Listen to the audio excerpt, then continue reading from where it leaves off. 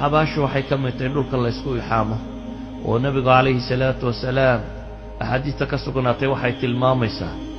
marka uu qofka la dhigo xabaasha ee laga dareero inay laba malag u yimaadaan laba malag oo aragtidooda ay aragti adag tahay aragti baqa gelinaysa hadalkoodu yahay nahar iyo dagaal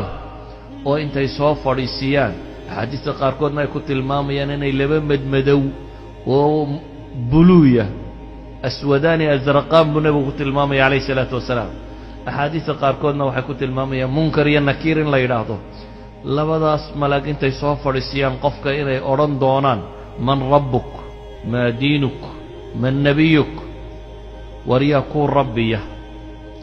diintaaduse maxay ahayd nebigaase waa kuma qofkii alla sugaya subxaanahu wa tacaala markaas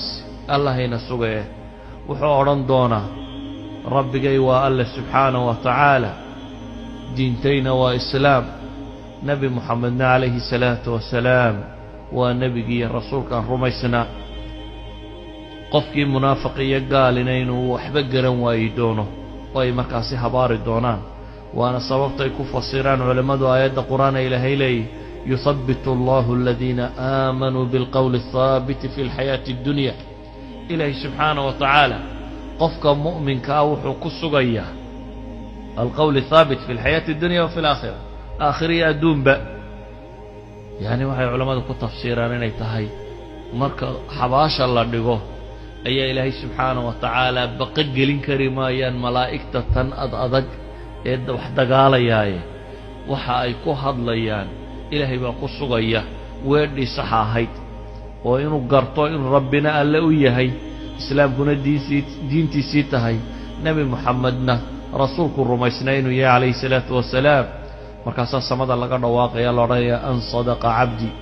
run buu sheegay addoonkaygii kii kale ee gaalkaana haah laa adri ilaa ay ka yidhaahdaan malaa'igtu laa darayta walaa talawt waxba garan maayo buu odhan doonaa waa yacni waxba wuu garan waayi doonaa ilaahay subxaanahu wa tacaala waxaan ka baryaynaa inuu cadaabka inaga dhowro oo qabriga kuwa sugma alle subxaanahu wa tacaala inuu inaga yeelo